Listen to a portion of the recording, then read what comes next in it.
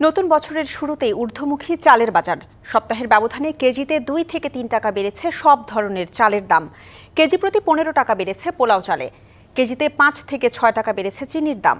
এদিকে শীতের কারণে সরবরাহ কিছুটা কম থাকায় বাড়তি সবজি ও মাছের দামেও। বিক্রেতারা বলছেন পাইকারি বাজারে দাম বৃদ্ধির কারণে প্রভাব পড়েছে খুচরা বাজারে। তবে নজরদারির অভাবে অসাধু ব্যবসায়ীরা বাজার নিয়ন্ত্রণ করছে বলে অভিযোগ ক্রেতাদের। দেশের বাজারে কয়েক মাস যাবৎ স্থিতিশীল ছিল চালের দাম, কিন্তু আবারও তা অস্থিতিশীল হয়ে উঠেছে।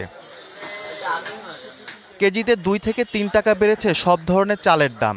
নাজির শাল 82 থেকে 85 টাকা, মিনিকেট 80 থেকে 85 টাকা, আটাশ 55 থেকে 60 টাকা। কেজিতে 15 থেকে 16 টাকা বেড়েছে খোলা পোলাও চালের দাম। বিক্রি হচ্ছে 130 থেকে 135 টাকা কেজি দরে। যে কোনো একটা অজুহাতে হয়তো দামটা বাড়ছে না। আমরা যেটা 1800-1900 টাকা দিয়ে কিনেছি এখন 2100-2400 করে কিনতে হচ্ছে।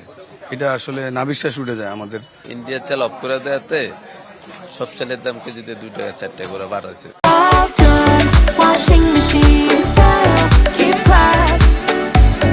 সেই সাথে সপ্তাহের ব্যবধানে কেজিতে 5 থেকে 6 টাকা বেড়েছে খোলা ও মোড়কজাত চিনির দাম। প্রতি কেজি খোলা চিনি 95 টাকা আর মোড়কজাত চিনি বিক্রি হচ্ছে 100 টাকা কেজি দরে। তবে এখনো সব দোকানে নতুন দরের মোড়কজাত চিনি পৌঁছায়নি।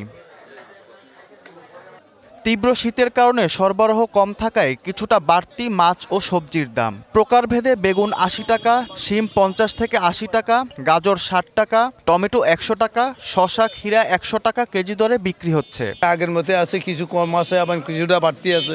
লাউর দাম একটু বাড়তি। সিন্ডিকেটের কারণে দাম বাড়ছে বলে অভিযোগ ক্রেতাদের। তবে স্থিতিশীল আছে ডিম, মুরগি সহ বেশ কিছু পণ্যের দাম।